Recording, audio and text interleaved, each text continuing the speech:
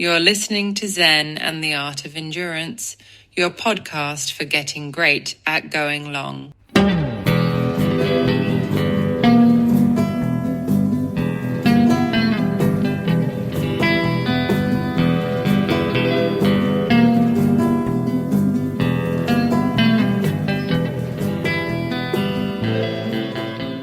Well, hey there, all you Zen endurance studs and studettes, and welcome to another great episode of Zen and the Art of Endurance, the podcast where we go long and learn a lot about ourselves along the way. We're going to go for a run, and I'm going to talk about Unbound and 32-inch wheels and AI coaching and anything else that comes to mind. And because we're going to record while running, then we're going to limit ourselves to an hour and a half so that we actually get this show out before Unbound happens. So let's go ahead and get started. I'm using the Amazfit T-Rex, and there we go. And it's evening. I'm here in Central Texas, and it's about to rain, but I should be done before it starts to rain. And the sun's gonna go down soon. And I don't have River, my big German Shepherd dog, with me because we've had so many snakes, and actually a snake bite in my neighborhood that somebody had to drive, I think 2 hours to get to anti-venom. We have copperheads here everywhere. And this is prime copperhead time, so need to be careful. So I'm leaving River at home today, and I'm doing a run walk because it's kind of hilly, and I'm just starting out. But anyway, I wanted to talk about a really interesting take on the 32-inch wheel thing first, because there was a news announcement by Scott that they sponsor last year's winner, Cam Jones, and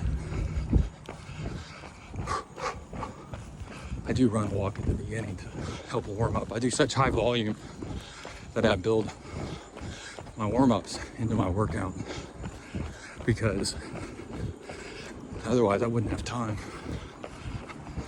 and that's what that's about. Anyway, Cam Jones rides for Scott, and they're putting him on a 32-inch size wheel bike instead of a 29er, because there's this big push by manufacturers more than anybody else, probably for something new. I gotta cross a boulevard here that has a little bit of traffic, so hold up. The people really haven't asked for, but it is faster. It's at least in some cases, and that's actually what I'm going to talk about. And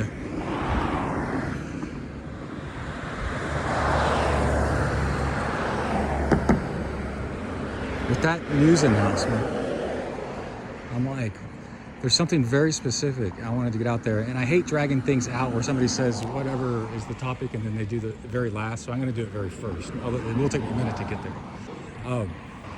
The bigger the wheel, the better, the less, in general, rolling resistance, right? So let's take a roller skate wheel, or I'm on a skateboard and I ride towards a curb, or I'm on a bicycle and I ride towards a curb.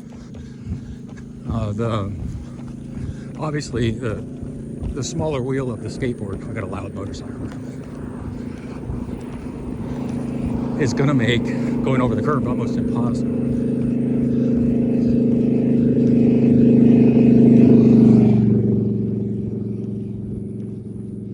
So of course, things are on a spectrum, and you go up bigger and bigger wheels, and it gets easier and easier and easier, to the point of where you're finally like on a penny farthing, which is so giant. The reason those existed is there wasn't gearing yet. So to go at decent speed, you needed a big wheel. So Anyway, I got an immediate like steep uphill here. It kind of sucks. But yeah, the bigger the wheel, the better the rolling resistance, the easier it is to go over stuff, and it smooths out things. And the problem is making these wheels fit bike frames, right? So the bigger the bike frame, so the bigger the person, the easier it is. And there's a point where a person gets so tall, like myself, where it doesn't look bad at all. It actually looks like it's kind of right. Say if somebody's like 6'4", 6'6", right? Then a 32-inch wheel actually looks appropriate on a bike. It looks like a 29-inch wheel on like a medium bike or like a large bike, size large. So these wheels though, you got to ask yourself, is it the right size for somebody that's smaller? Pick up the running again. Still going up this hill though.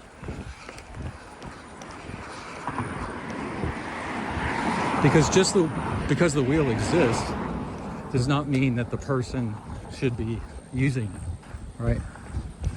You don't put tractor tires, giant tractor tires, on a 6-year-old's bike, right? It's not going to help them. In fact, it's going to hurt them. So the interesting take that I have is that 32-inch wheels will disproportionately help larger riders, taller riders. And that's because, and it might level the playing field, because the playing field right now favors smaller people. And you just look at the results of races, right? Keegan Swenson, the most dominant guy lately, pretty small guy, lightweight. And you look at the Tour de France, the overall winners are usually kind of middle-sized guys or lighter guys. But where bigger guys shine on the bike is when it's flat. So the flat portions of the Tour de France, you have these big dudes. They're not having to fight gravity to climb anything. So they'll drive off the front. And they have such bigger engines. They have bigger lungs, whatever. And the amount that helps them being bigger is disproportionate to the amount of aero drag they have to push through.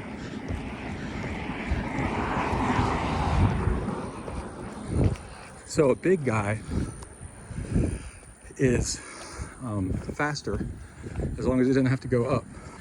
And a way to understand that aerodynamics is like a typical sedan that they make limos out of. Let's say it's like a Ford Crown Vic, like a 4-door sedan, right? Full-size car. If you look at that head on, right, and then you put a Crown Vic limousine behind it or next to it, and you look at it head on, it's the exact same frontal area, and that's what matters in the shape of the front. That's what matters when cutting through the air. But the limousine version of that has so much more volume behind it that you could put 5 engines in that thing, right? And it's still got just the same wind to cut through, no more wind to cut through than the 4-door car with 1 engine. So which car is going to be faster? The limousine with the massive amount of engine, because aerodynamics doesn't trouble it.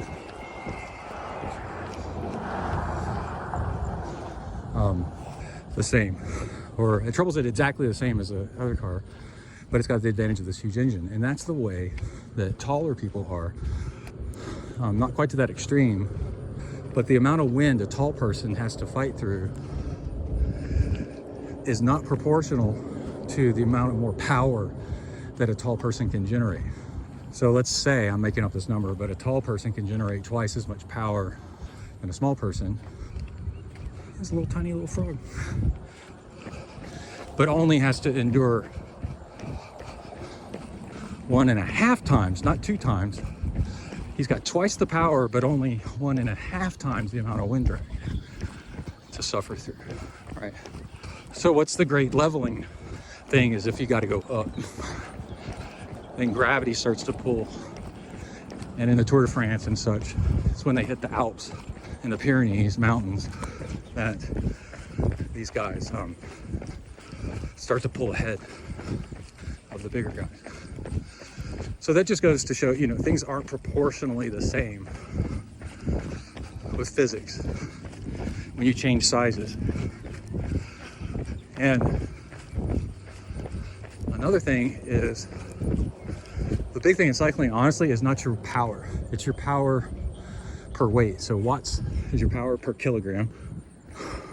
And so that takes your weight into consideration. So, pros are pushing, depends on the sport. I'm very familiar with triathlon. You're not going to be pro till you're doing like 4.5 watts per kilogram, right? But remember, that's power per weight.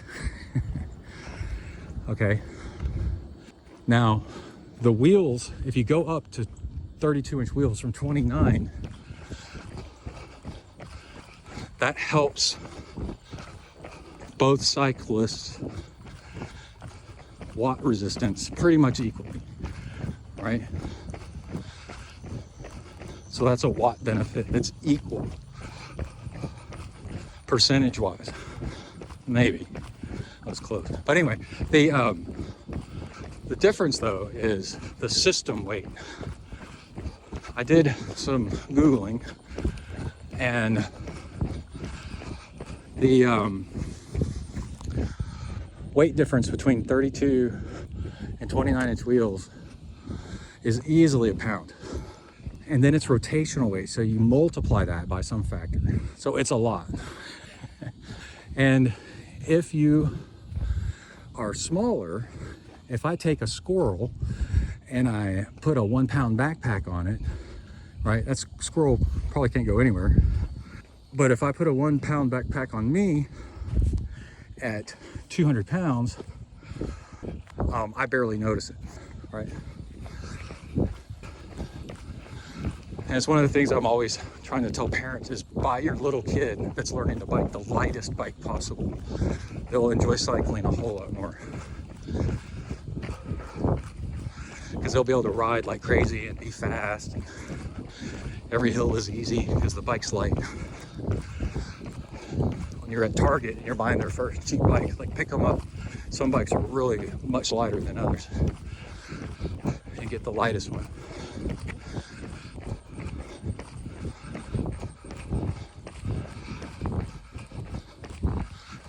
Okay, so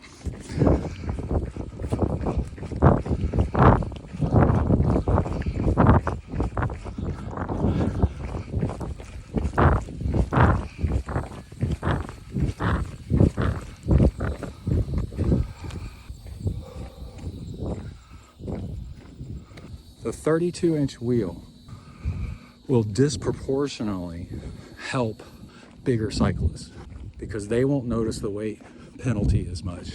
Plus they get all the same benefits. Both riders get the same benefits of drag reduction. So let's say the drag reduction equals 1 mile per hour faster. So we both get that. But then the penalty of adding that extra rotational weight to my bike isn't the same as adding it to a smaller person's bike, because percentage wise of their system weight, it's much more.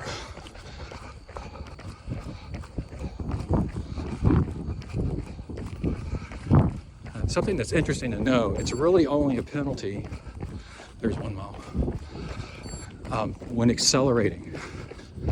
But the thing is with off-road stuff, you are constantly accelerating.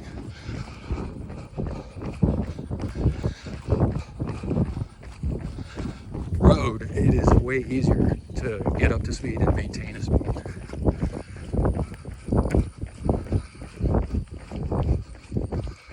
But off-road has constant slowing and coasting, and then pedaling again, slowing and coasting, pedaling again, because of turns that you're slipping out on,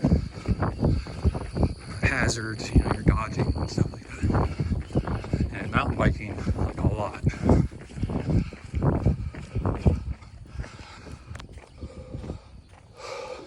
And back to the typical gravel racer, well, the typical successful cyclist is a certain size. My hot take is, well, two things. One, it's going to benefit the bigger cyclists more. And then also, they're not going to put these wheels on every bike. They're just too big. So what we'll see, if this continues, is 32-inch wheels on bikes that are like large or extra large. So for people that are like over 6 foot, right? So you get up to a size 58 frame, and they do this with small frames. You get a small enough frame, they put 650s on it. They don't put 29ers.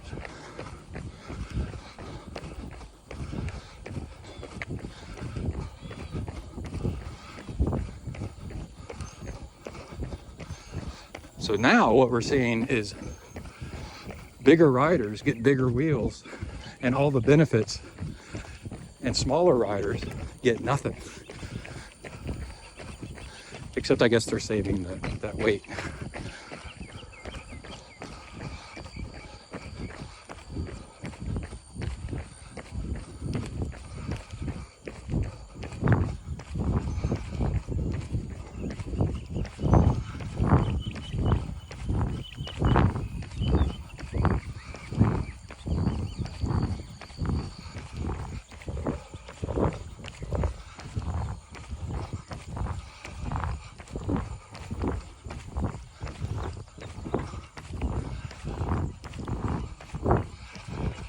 So my hot take, oh, we're coming up on bullfrogs.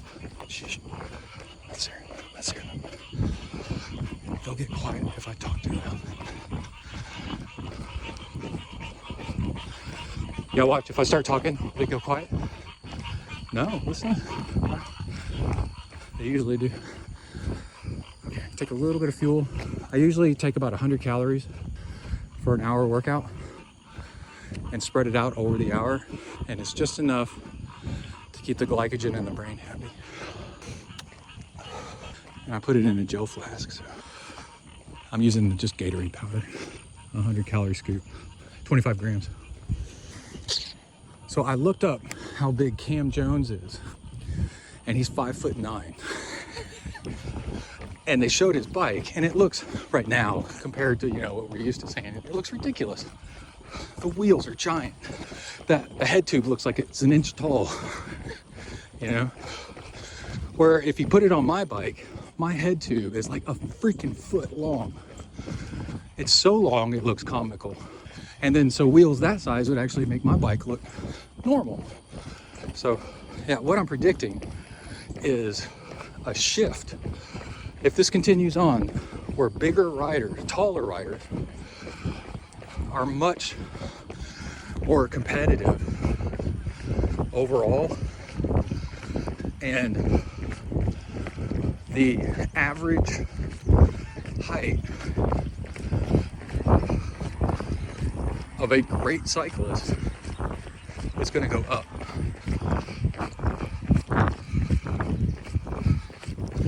Because like I did with the limo example, taller cyclists have a more massive engine. It's one reason that swimmers, they don't have to fight gravity at all. Swimmers are usually taller, like 6'6", 6'4". My brother and I are both 6'3", and we're both really good swimmers. It's because they only have to cut through the water with their head and shoulders, and everything behind them is like the limousine, it's streamlined.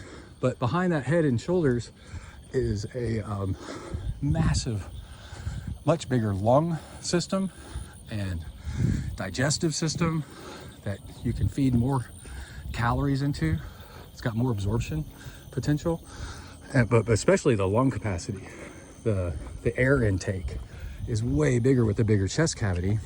And Christian Blumenfeld, who's winning everything in Ironman right now, actually has some kind of, I don't want to sound weird, but some sort of birth defect where his rib cage is offset at an angle, and you can see, he talks about it, and you can see he wears his heart rate strap kind of off to the side because that's where his heart is or something.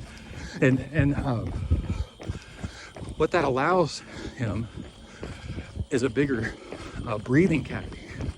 And so his VO2 max and his oxygen uptake is really high. And you can tell when he's running, he's an abnormally barrel-chested looking guy. That's how, and he wins everything.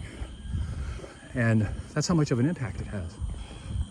So yeah, that's my hot take, is if the wheel trend continues, it's going to disproportionately help taller riders. And we're going to see a leveling of the playing field, because as a taller rider, you see that everybody that's really successful is usually smaller. You're fighting an unfair thing. It's like being really tall and being a cyclist is like being really short and trying to play basketball. It doesn't help. There's like an optimum size for every sport. You know, NBA players all happen to be, you know, really tall. Don't happen to be. They are tall, almost all of them. And even a short NBA player is like 6'6", you know. And swimmers that make it to the Olympics, and I'm talking about males right here, are, you know, 6'3" to 6'6". There seems to be like an optimum size.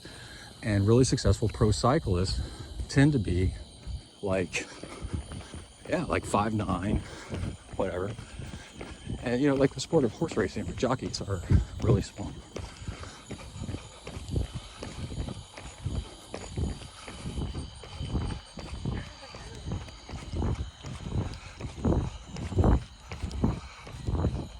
Each position in American football tends to have like an optimum size. You know, wide receivers are a certain size, quarterbacks are a certain size and height, linebackers, fullbacks, linemen, all certain optimum size for success. So this is definitely a thing. And what I'm saying is that everybody having to use the same size bike wheel, it almost punishes taller riders. Because with just some really simple basic physics, you could figure out that a bigger wheel would be an advantage.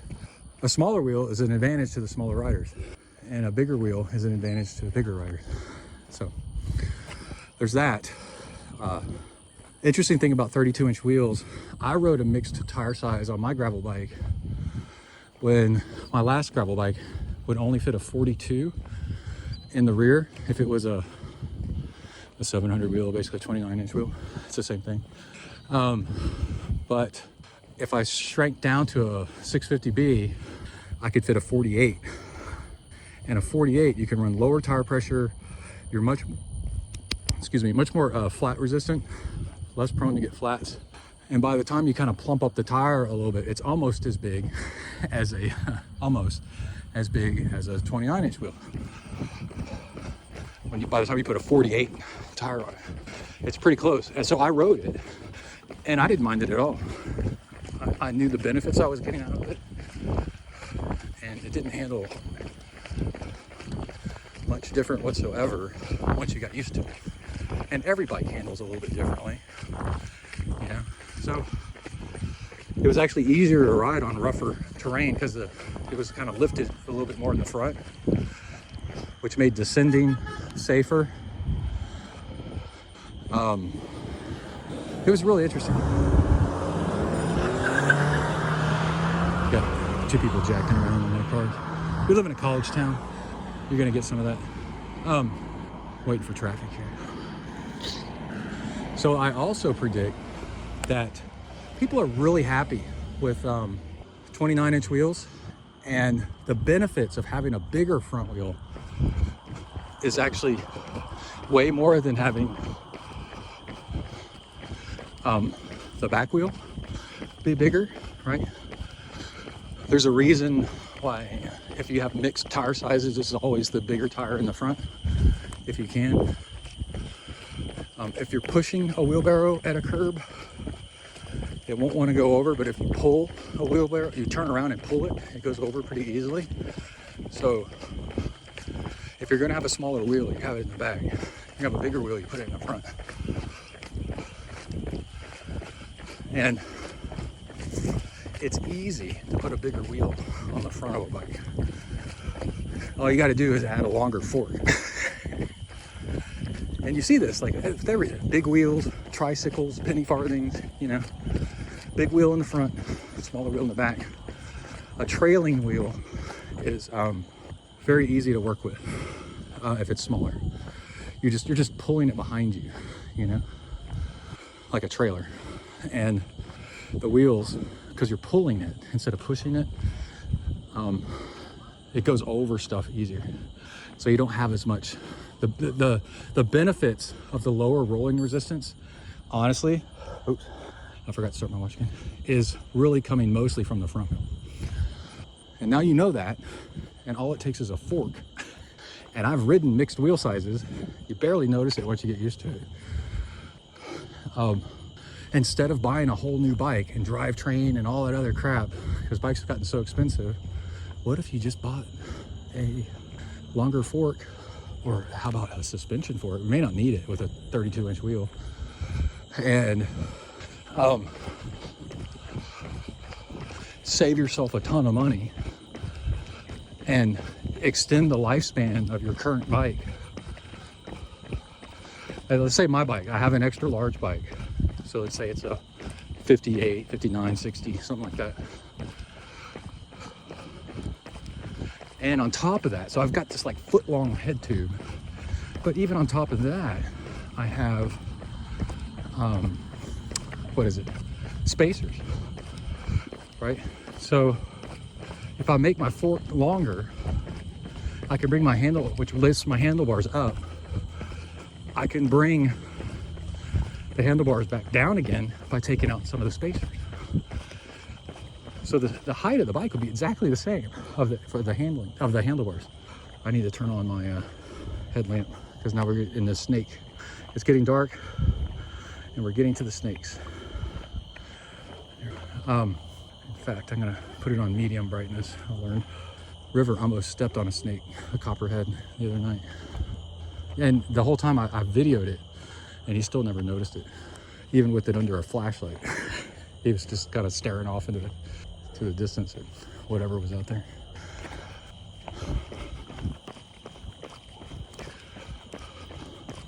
And an upgrade like that, I remember my truck was getting old a long time ago, and then I bought a Lear like camper shell that was smooth and glossy and matched. It was all black. The truck was black and this thing was black, and I put bars on top of it to carry surfboards and paddleboards and stuff and bikes, and it was like having a whole new truck. I drove it for another 5 years when I wanted to sell it before that. Now I'm driving it for a whole another 5 years because it's like having a new truck. It was so different. So you can get like, let's say 80% of the benefit of a 32-inch wheel on your current bike by just putting a 32-inch wheel on the front, because that's where it actually matters. 2 miles. Plus the part I forgot.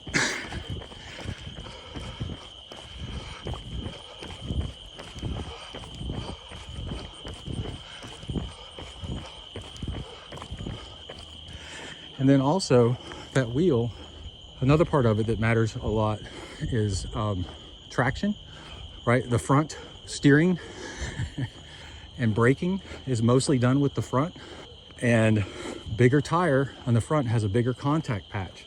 So you're gonna have better steering on the front and better traction on the front, and the front not slip out from under you with that bigger wheel on the front. So what I predict, another hot take, is if we can get this message out, you know, there'll be a lot of upgrades to the 32 in the front, but keeping the rear the same, because you can't fit a 32 in the rear.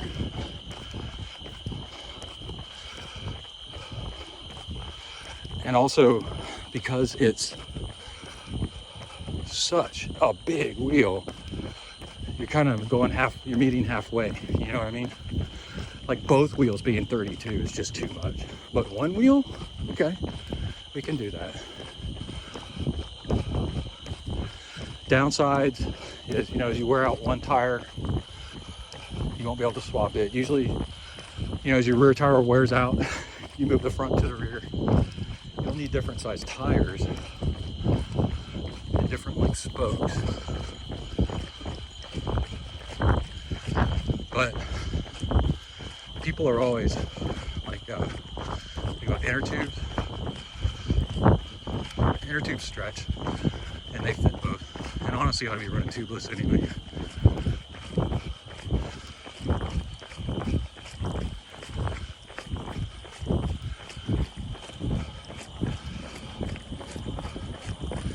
And let's say you have to carry. Nowadays with TPU tubes, they're so lightweight.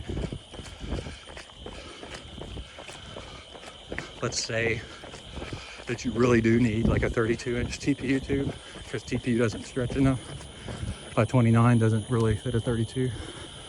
Just carry 32s because an inner tube that's too big will work in a tire easier than making an inner tube that's too small. The risk of it stretching and popping the tube. There's a bunny rabbit. Hey, bunny rabbit. Okay, let's talk about race predictions. And regrettably, I tell you, this race you can't predict, unfortunately. Unbound is too random. And you got things like, well, the guy that won last year is now on a 32-inch bike. Yeah, but like I just told you, that may not help him as much as what if Matt Beers, who is 6'4", and an FTP of 450 or 480, I think, shows up on it. What if they put him on a 32-inch bike, right? Holy crap, And then think about this, the whole rotational weight thing. A small person, and if it's peanut butter mud, or any mud, but especially peanut butter mud, they get stuck in that. Imagine a bigger wheel is gonna hold more mud. And mud is like bricks. Bricks are literally, mud that's been hardened in a way. It's like clay that's been fire hardened. You can make mud into bricks. People have been doing it forever. So imagine like you've added, and you're a little guy, and you've added an extra brick of mud to your tire, to your bike by going up to 32s. That will affect the smaller guy disproportionately than to Matt Beers. You'll kind of notice it.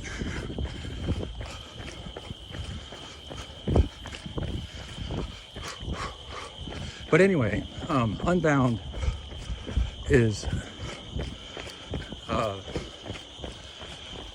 one, it's evolving so fast. So what happened last year, is not going to happen this year, most likely. It's getting more and more into team tactics and what they call negative racing, where they try to shut people down and not let them win if you're a known contender. And by the way, I'm in allergy therapy finally again, which will help my asthma, which is a limiter to my running right now. It takes forever to warm up because of the asthma in my lungs. I used to be fast. Then I quit taking allergy shots. I'm like, what happened? And I'm like, I didn't get really fast until I started taking allergy shots. And it actually opened up my lungs to be usable for running.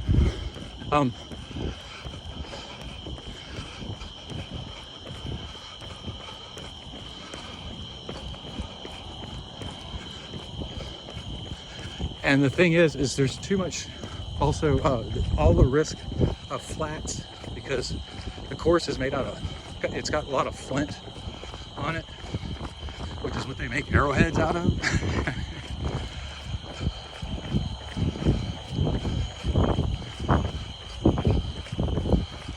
So it's really an accomplishment just to get a clean race without any flats and without any mechanicals in a really long gravel race with hazards. So it's got the hazard of the flint rocks And then they're predicting rain leading up to the race, or maybe during the race too. So the mud just wrecks bikes.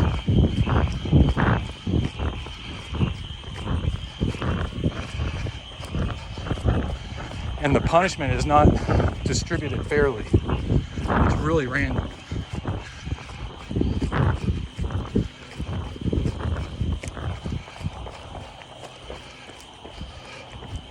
So it's really hard to predict who will win now that it's gotten so competitive. And then Lachlan Morton won, even though he went off course. He went the wrong way. You know? And that's another example of a guy that's really small and lightweight compared to the average American. Yeah, you can't predict who's going to win Unbound because the gods of mechanicals, like derailleur snapping in half, flat tires jamming up with mud, are unfair. They just randomly, like Zeus throwing down just random lightning bolts. Boom, you get a mechanical. Boom, you get a flat. And you're like, what?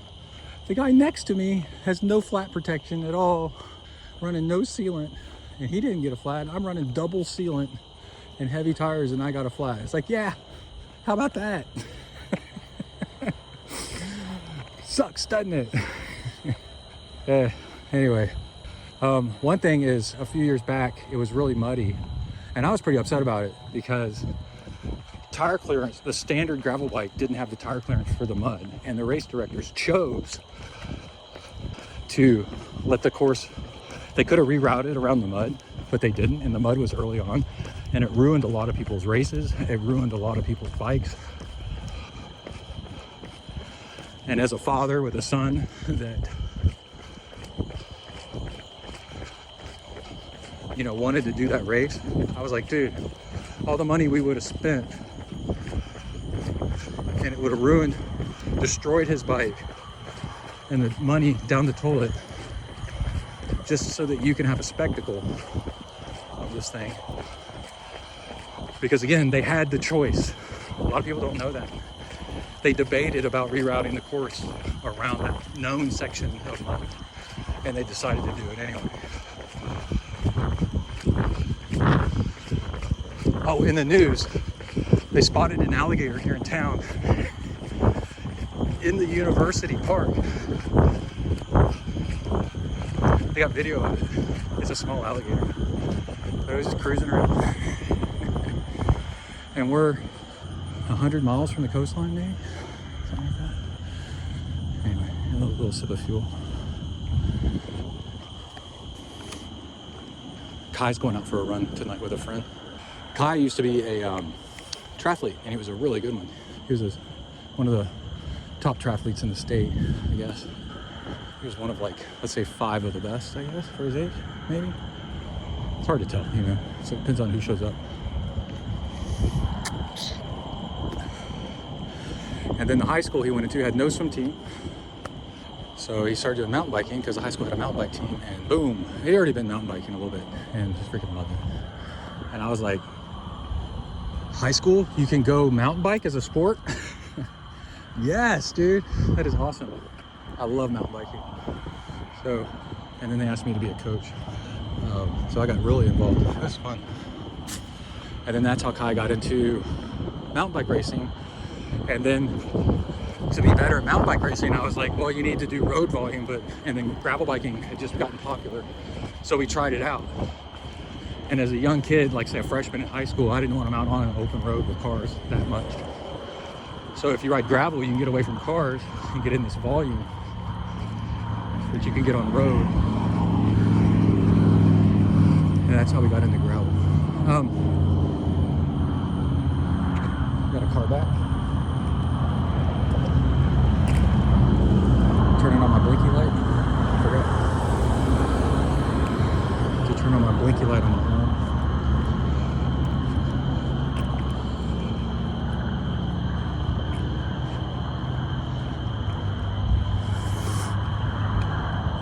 Let's see. Let's talk about. Oh yeah. So if I'd be honestly surprised if Cam Jones wins, because Scott's put him on this bike basically to sell this bike. It's obvious, in my opinion. He's already won once. He's a made man, and they're like, just suck it up.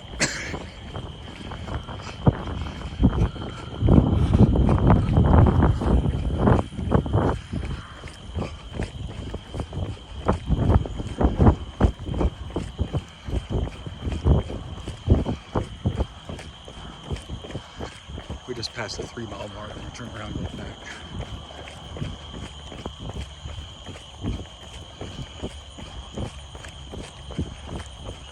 Definitely now is when the snakes come out. But sometimes I never see one. Sometimes I see 3. Where there's frogs, definitely have snakes, because that's their dinner.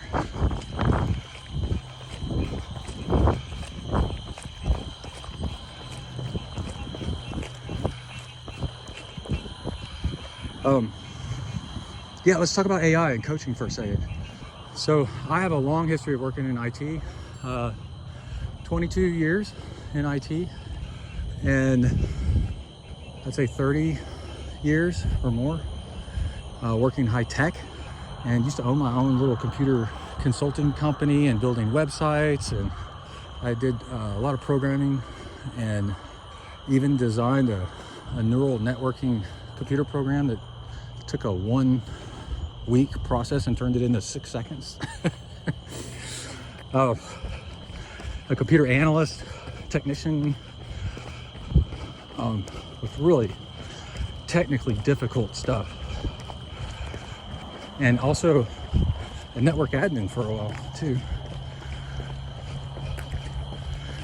And I've been managing these types of people and these types of systems for years and years and years now.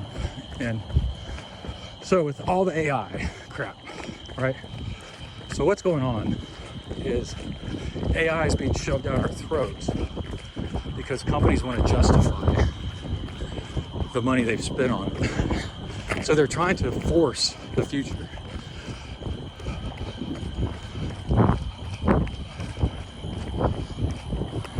And Gartner, which is a very respected analyst company,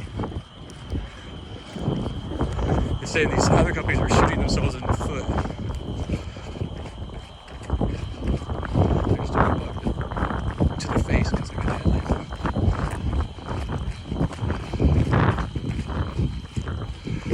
If you fire people to justify, like Facebook fired 10,000 people,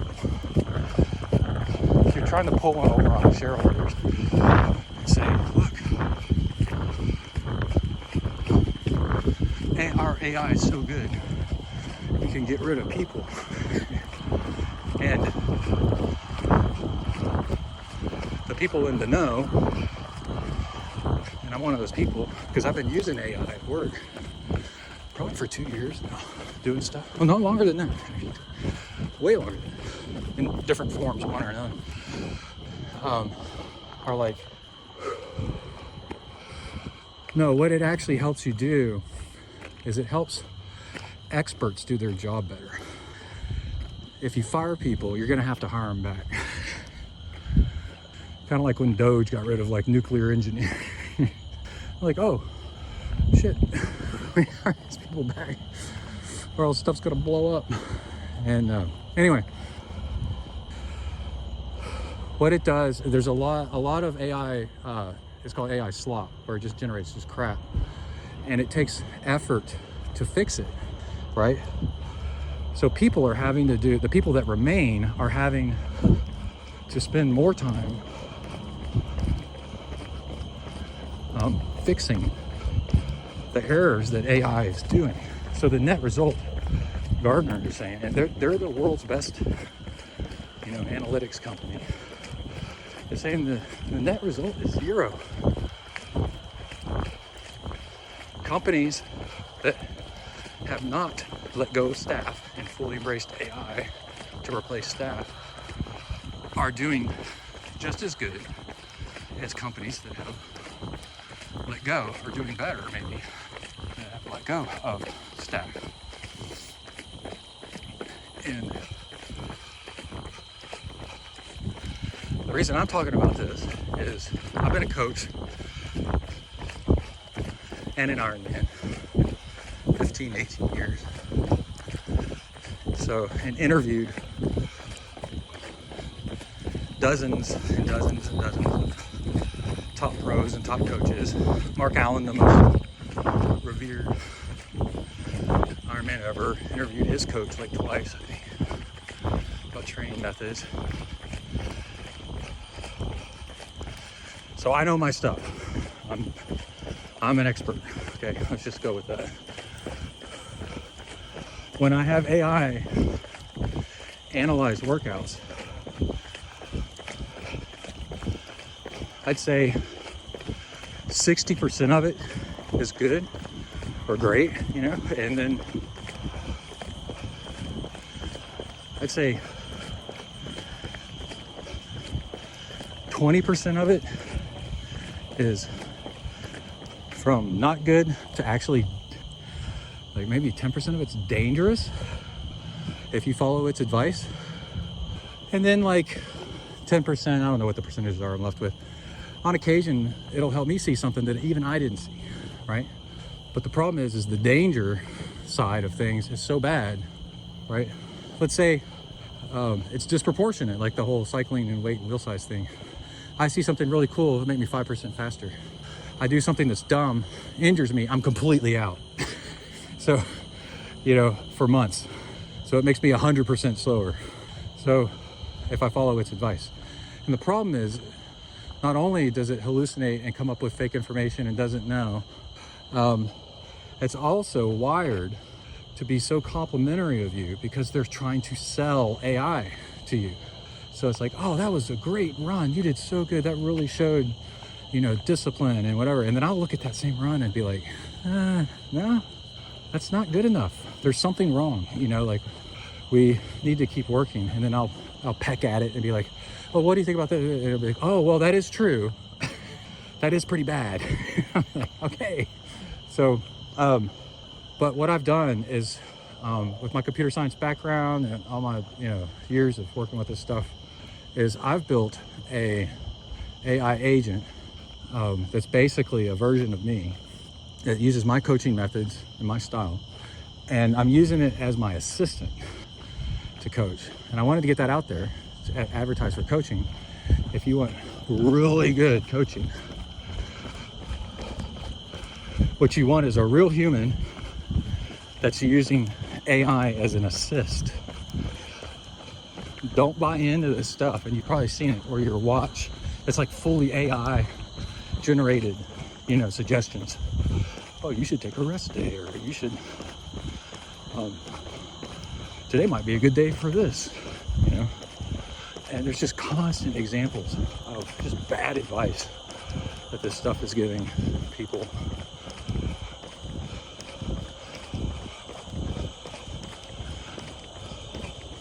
But you wouldn't know it unless you're an expert. And so, like if I wanted to build a skyscraper, I would not use AI and me, because I'm not an expert, to build a skyscraper. And it would cause a lot of harm doing that. Right?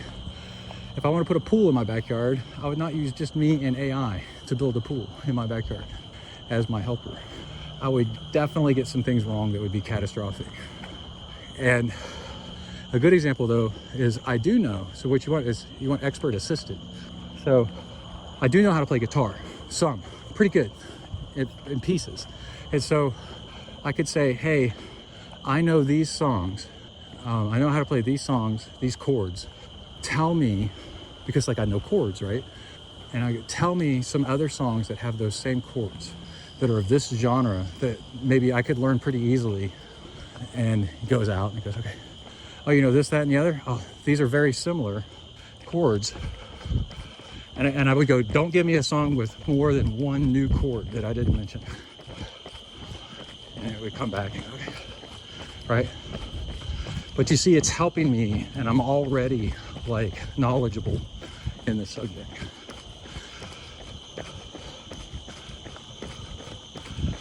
Because when I have AI look at workouts and training plans, and also another thing I'm using it for in my coaching is analyzing race courses and tell me where's the best place on this race course to do XYZ. What's the best way to train for this race? You know, stuff. And it'll give me some good advice and then some advice that's not good. And then I can filter out between the two and then something that I haven't thought of. And then I'm like, oh, cool. And then package it all up nicely. One thing that AI is good at is making stuff readable, right? Whether it's telling you the truth or not, or a story, right, is a whole other thing. So anyway, I do coaching. Send an email to texifornia@gmail.com. And for $200 a month, I do AI assisted coaching, which is a huge leg up. I would not do coaching now without AI assist, but I 100% would not do just free or even paid, just pure AI. It's garbage. And I'm an expert in both coaching and in technology and computer systems. And it's what I get paid to do. And I have a bachelor's and master's in this stuff from a major university that specializes in all this. And I do, my degree literally is in big data analysis and pattern recognition and spatial layouts. So it's called geographic information systems. And we overlay big data sets on top of each other and look for results and patterns and have the computers run analysis. And it's one, I got into the field because I love being outdoors and we're dealing with massive data sets that are spatial, right? So regular database people are like, dude, what you do is crazy, because it's really fun.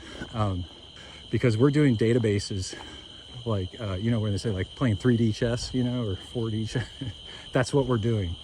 It's data also in space and time, not just, you know, if you say, find me the largest expenditures in this budget, right? And he'll go, and find me a pattern, you know, okay, you tend to spend more money at this store than that store. I was like, okay, for the same thing. Okay, now put that in space, right? So actually you lay it out on a 3D grid, or 2D grid at least, and over terrain. And then you say, now take into account the distance between places and factor that in. And then you got to do like projections and curvature of the earth and take that all into consideration. And then you got to publish it all to the web. So you need to know web stuff. And the reason I got hired for my job is I have a background in computers and networks, large data sets, and the geography part. So my job is I manage the backbone of a big data analytics system that does it both in 2D and in 3D space.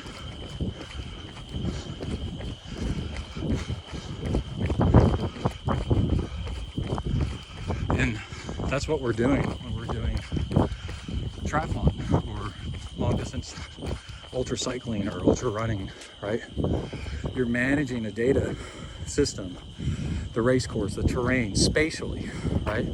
And you're overlaying things like weather and wind direction, temperature, that's different in different places. And you're trying to come up with what's the best behavior on your part, what are the best inputs to get the result to get the best result, and how do you grow the athlete to meet the race. And now I got an AI assistant. There's so many data inputs into that. I can now ask AI, because I've built my own agent to do this. Oh, and by the way, a woman that won the gold medal in the Pan American Olympics, where she won several gold medals, as a computer science, maybe a PhD, and she built her own AI agent, her own AI coach.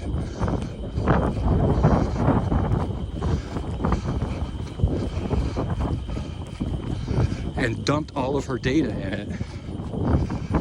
9 years worth of training data. Well, at that point, 5 years. And then immediately went pro because she got so good so fast. We're at 4 miles now. The storm's coming in.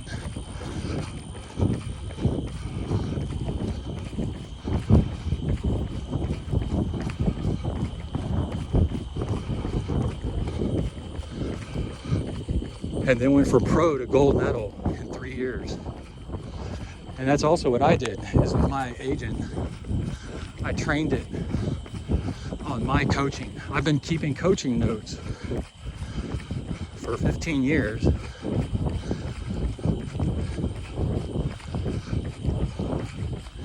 And I fed it into the agent.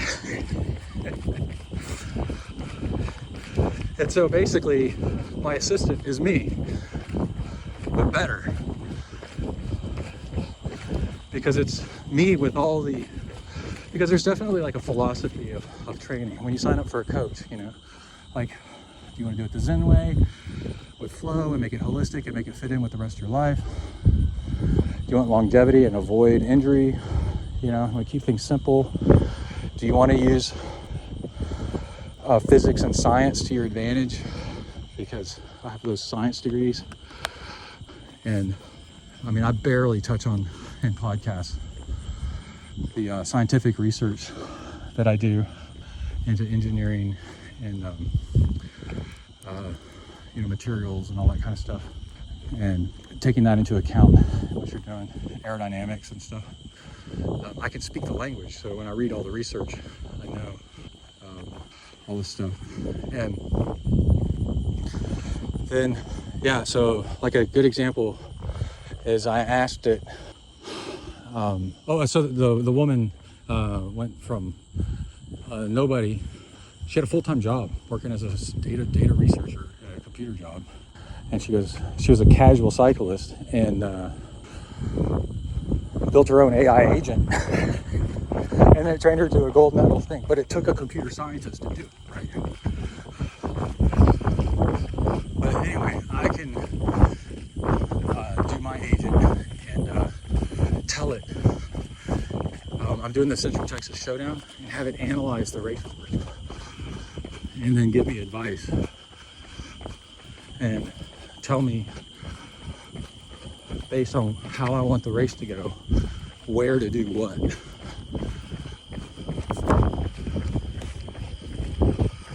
Got a car coming up behind me.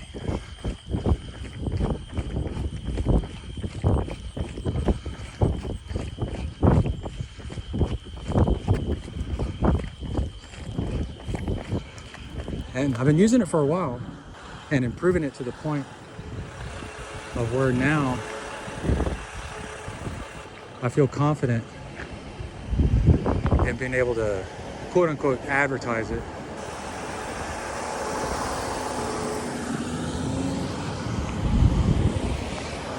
Because it's genuinely that good.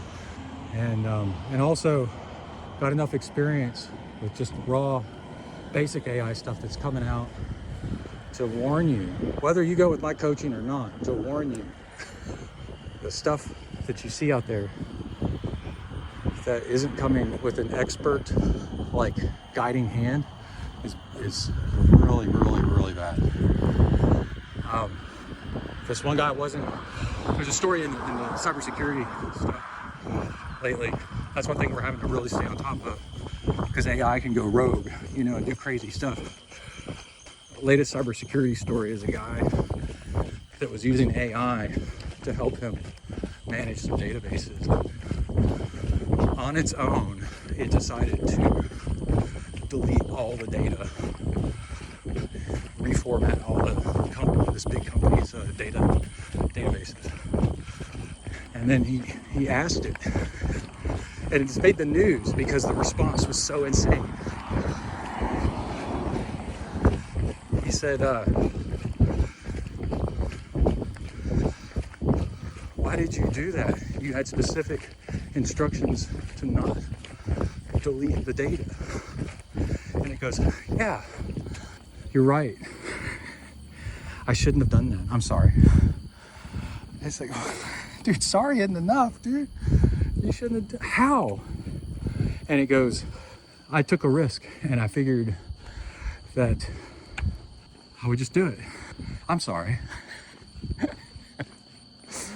Dude's like, what are you doing? You know? It's immediately went to the news. It's like, dude, this AI stuff, mind of its own, you know, is too strong of a term. It doesn't really have a mind, but it acts like it's got a mind of its own sometimes. Because what if you tell it, you know, be a little bit like, or it actually watches for patterns, and if you do something, then it's going to try to do something. Even though you told it not to, it might try to do it because it's constantly learning, right? DC Rainmaker just posted a video, and he said the AI suggestion as a joke. He said, what do you think of my recovery dinner? And he posted a picture of a glass of wine and Tostito chips. I just got hit in the chest with a bug. And like nasty, you know, queso cheese. It's a terrible recovery food after a long workout. And he goes, okay. And then since then, and he said it on purpose, he has not told it to stop. Because he wants to see how long it'll do this. It keeps suggesting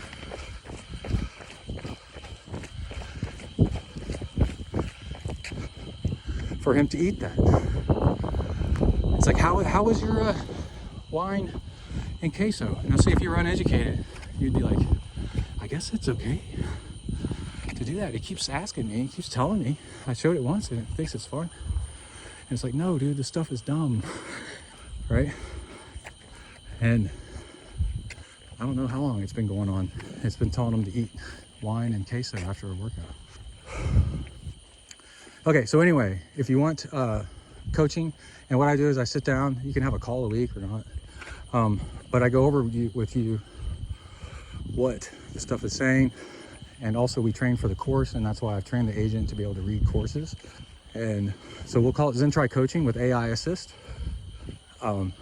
And honestly, I think it makes coaching more fun because I love like telling the AI agent, hey, what do you think of this workout? And watching what it comes back with. Because like I said, it's every once in a while, for me, it's uncovered two really cool things that I hadn't thought of for me to play around with to get better. And so I'm like, yeah, that's actually a good, but I had to kind of poke at it to be like, are these things connected and stuff? Actually, they are. And it's like, oh, cool. So I get a kick out of using it. And then you get better coaching for it. Supervised AI. I got a couple of pedestrians coming here. I'll be right back.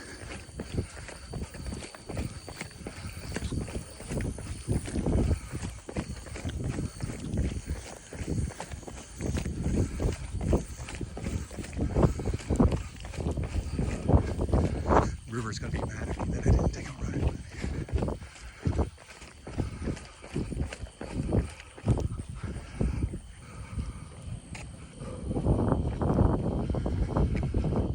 Okay, let's talk about something. To get in touch with me, there's some lightning on the horizon. To get in touch with me, texafornia@gmail.com, coaching in the subject line. We're gonna talk about AI in training and coaching from here on out on occasion. And again, because I feel like, or I know, I've got it at a point where I've got an AI coach built and I'm using it, but it's basically my assistant helping me be more me. and but not be too much me, because then you got what they call intellectual incest or inbreeding. Intellectual inbreeding is, thankfully, it also goes out to the internet and learns anything new and brings it back to me for me to learn. And that way, it's not just me smelling my own farts. Okay, let's talk about something that's cool. I got a 3D printed box, draft box, from, I think it's NanoWorks, that I need to review. It's really, really interesting. It's made for a Cervelo P5. Oh shoot, I can't remember what size. Maybe a 56 or a 58.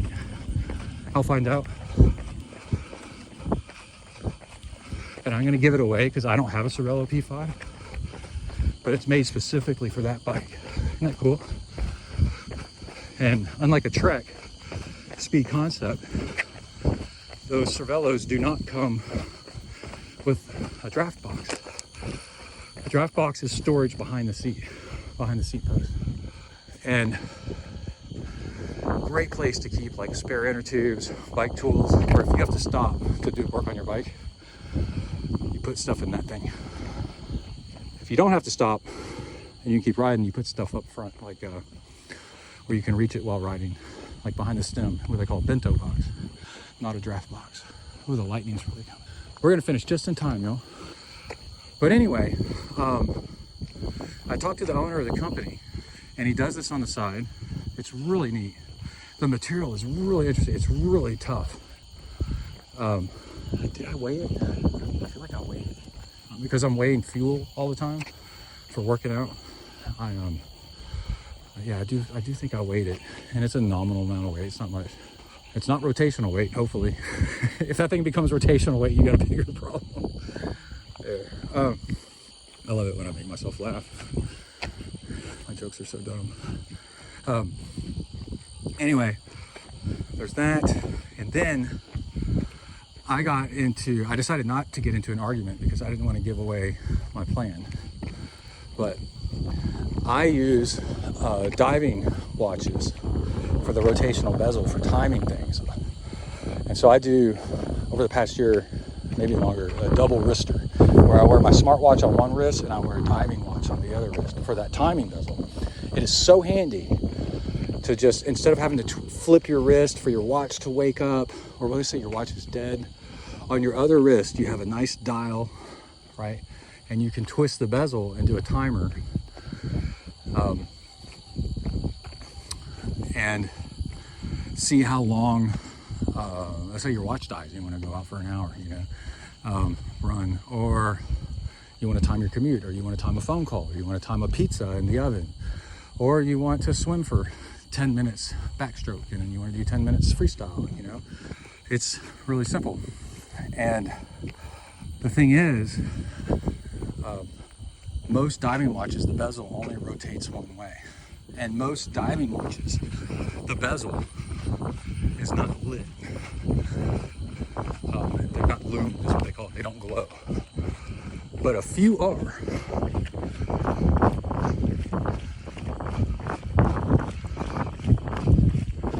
And I've got one. I've got a watch that is sapphire glass, 200 or 300 meters waterproof, and has a rotating bezel that's lit up with lume, and the hands are lit with really good lume. So in the middle of the night, I can roll over and see what time it is, and if I'm out running in the middle of the night, I can time things like how long has it been since my last fuel, so I don't overfuel. So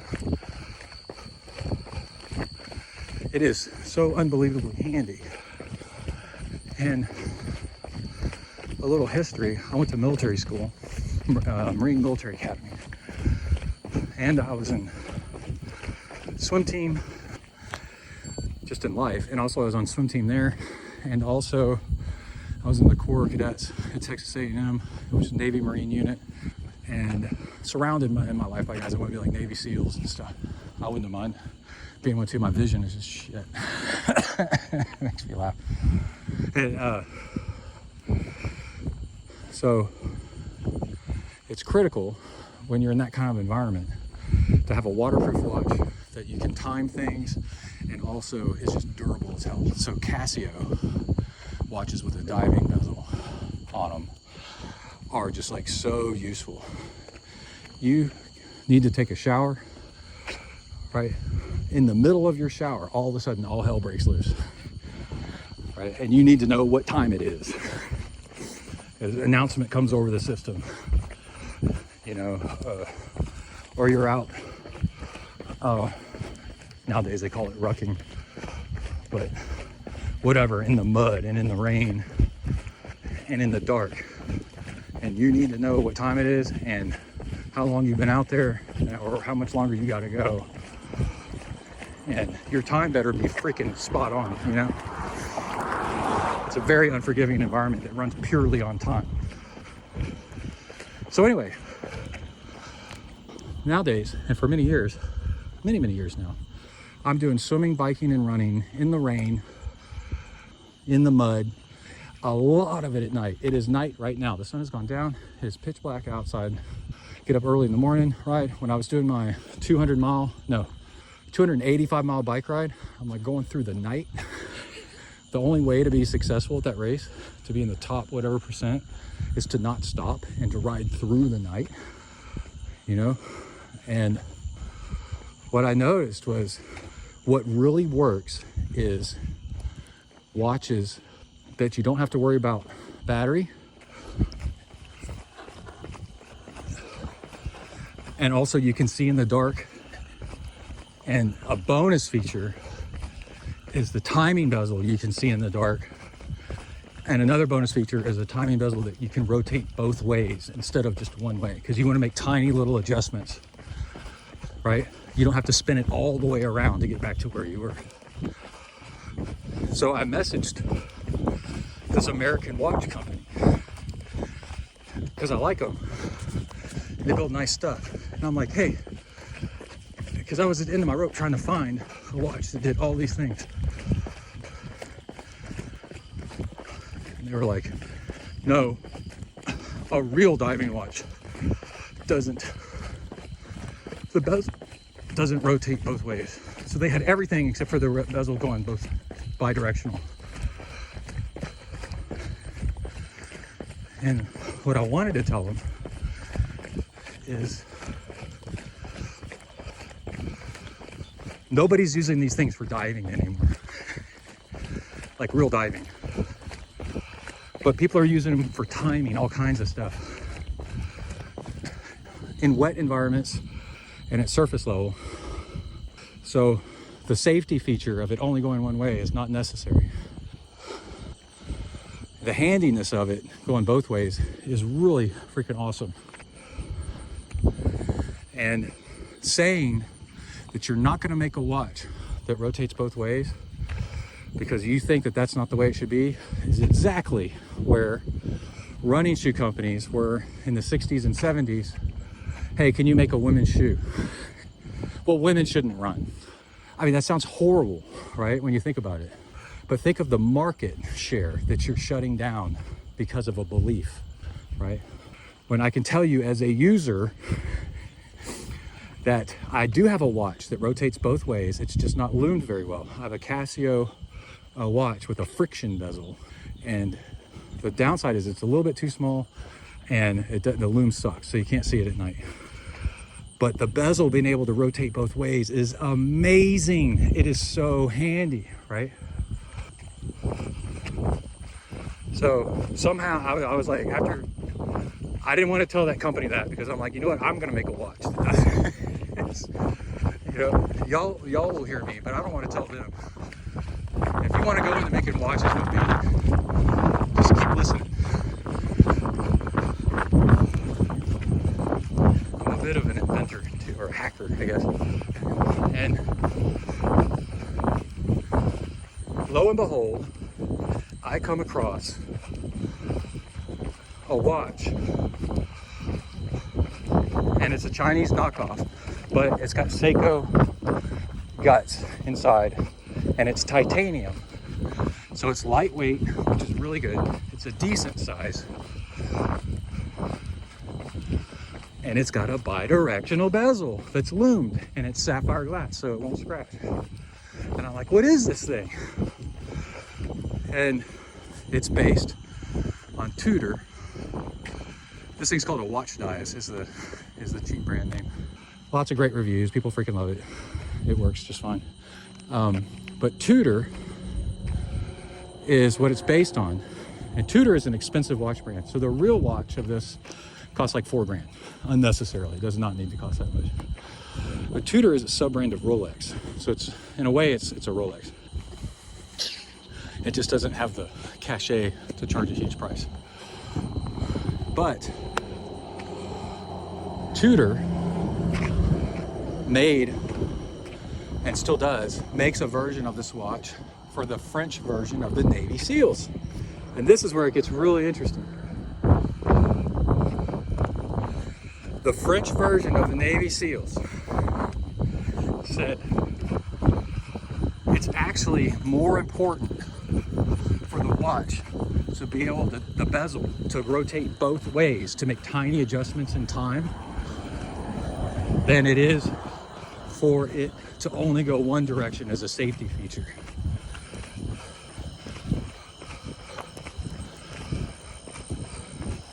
Because the Navy SEALs typically don't operate deep depth. They operate, you know, down to like, I'm just guessing, like 30 feet, right? They're underwater, but they're not deep. They're using water for cover.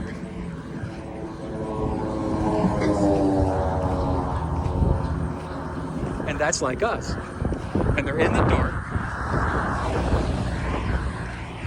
And the thing needs to just freaking work. So the entire bezel is loomed. It's waterproof to 200 meters, which is plenty. It's overkill. It's titanium, so it's as light as possible. And the bezel rotates both ways. And I just feel like I want to reach out to that company. Be like, huh. So actually, people that are using these watches for actual real stuff want a bi-directional bezel, huh?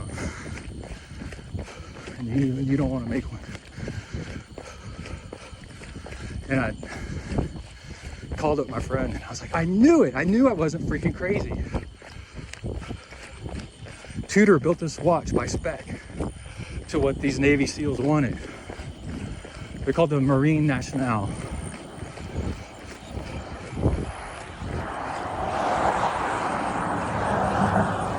And it's such a unique build because it's so functional that it's its own standout thing. So go Google it. Tudor FXD. And you might be, if you look at enough videos, you'll find one that'll explain how it was designed and spec'd out by underwater special ops teams.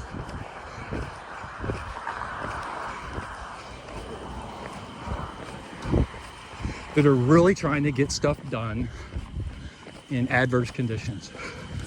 Just like us triathletes and ultra distance people are trying to get stuff done in adverse conditions. I mean, it could dump rain any second. It's pitch black outside. There's lightning on the horizon. Ooh, there was a big one.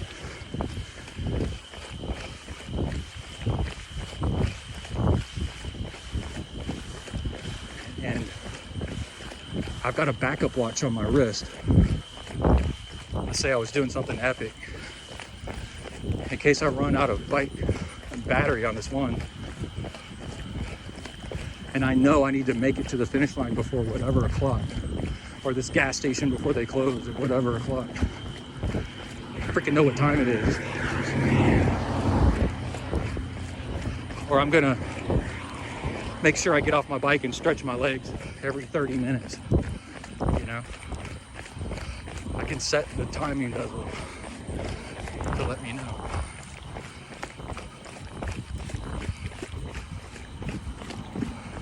When that is. Ooh, thought I saw a snake. because the freaking thing is loomed. So anyway, what I wanted to let you know is I've ordered the cheap Chinese one because I can't blow $4,000 on a watch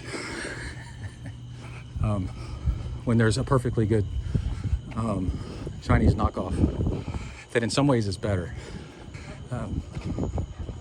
If the Chinese knockoff is quartz instead of an automatic, so it'll be accurate for 2.5 years to the second, or like 2 seconds per month it'll be off, so it'll be like super accurate. And I can set it down, not wear it for a month, put it back on, and the time will still be accurate. And with an automatic watch, if I set it down and don't wear it for a day or two, it dies, and then I got to reset the time every time. So I'm gonna not only review this 3D printed draft box, but I'm gonna review, if this thing shows up, a titanium, fully loomed, bi-directional bezel diving watch that was used by the French version of the Navy SEAL.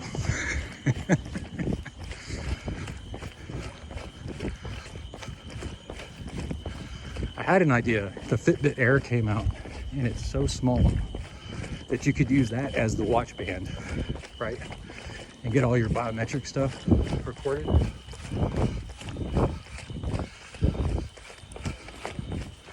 And then use the watch as the time and the timer.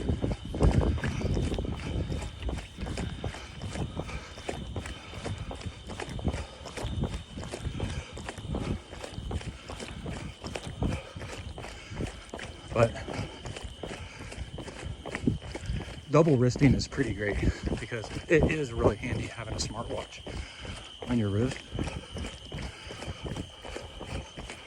because smartwatches that vibrate and beep for like your alarms and then tell you what the alarm's for, or phone calls and stuff, are infinitely better than hoping that maybe your phone will wake you up. It, like, when it's on your wrist, it vibrates, you know. Hey, get up. It's like a little buddy. Hey, little buddy. Gilligan's Island. Remember that? 6 miles. And then I'm in meetings and my phone will ring or buzz, but I won't have to pull out my phone, right? Which in a corporate environment is very unprofessional. I can just turn my wrist and look at it and decide whether I'm going to answer the call or not, if it's an emergency. Really handy while driving too, right? Your phone rings, and if it's spam, I'm just like, whatever. I can tell from my watch, right? And then, but if it's Emily, I can be like, oh, I need to answer that. And no snakes tonight. I should have taken, well, you never know. There could have been a snake in the grass. So, and the make or break for me, one thing that really opened my eyes is Emily and I had a conversation about, not about us or anything, but it was really stressful conversation about something going on. And then my watch, about a little while later, buzzed me, and I looked at it and it said, your stress level went up a lot lately in the past hour. You need to go to bed, relax, listen to some calming music, something. And I was like, oh, whoa, holy crap. That could be a lifesaver, you know what I mean? So, especially as I get older. So I'm totally sold on that. And if it was just a screenless device, you know, it would have buzzed my phone, but would I have like gone and looked at my phone? I don't know. So I'm stuck with double wristing at the moment. Diving watch on one wrist and a smartwatch on the other, because that little screen on your wrist is super handy as well. All right, that's the end of the show, and thank you for joining me. Didn't see any snakes tonight. I'm going to jump in the pool and cool down before the lightning hits. It's part of the diving watch requirements. Okay, bye.